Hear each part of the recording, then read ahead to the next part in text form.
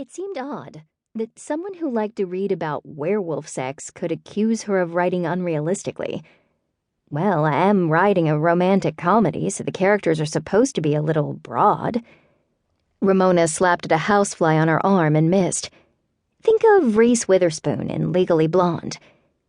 The fly landed on Ramona's lace-up boot, and this time her palm flattened it. Or Sandra Bullock in... I don't watch romantic comedies. Oh. Laurie couldn't imagine that. She watched them so frequently she considered herself a rom-com expert. And maybe broad characters work better in movies. Ramona hefted herself off the ground. I better go in. Don't want Helga on my case. Wait, what about the hero, Brock? Surely you liked him. Brock was Laurie's own personal masterpiece.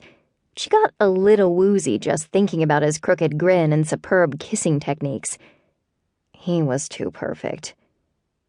Isn't that a good thing? If you want imperfect, why bother reading romance? You can simply go to a singles bar and flirt with a guy who picks his teeth with a knife.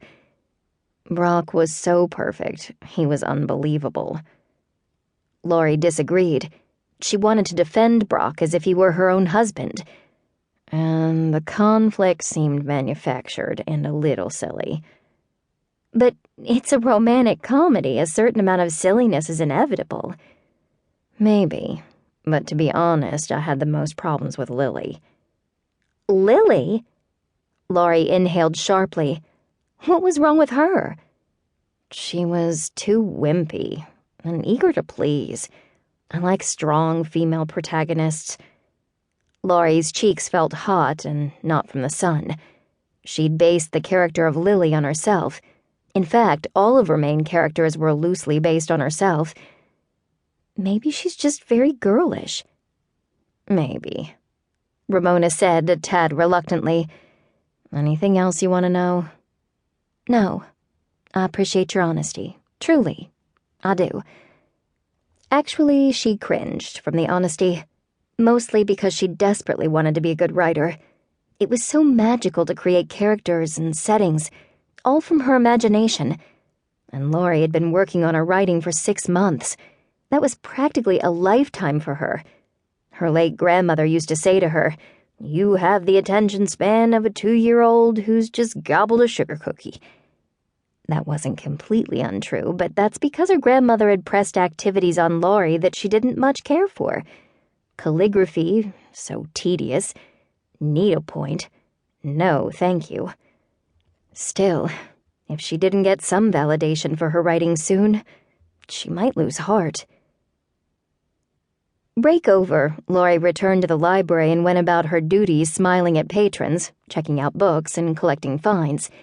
She tried not to think about what Ramona said, but every now and then the criticism rose up in her consciousness, like dirty water from a backed-up sink.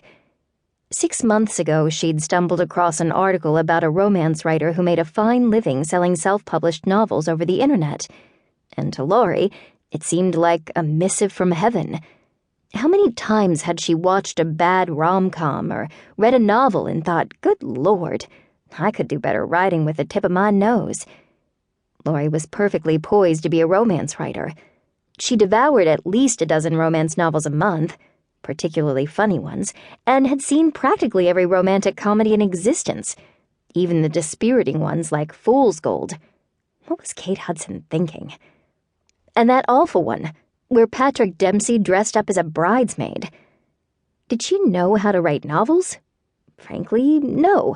That was the single hitch in her plan, yet she was determined to learn.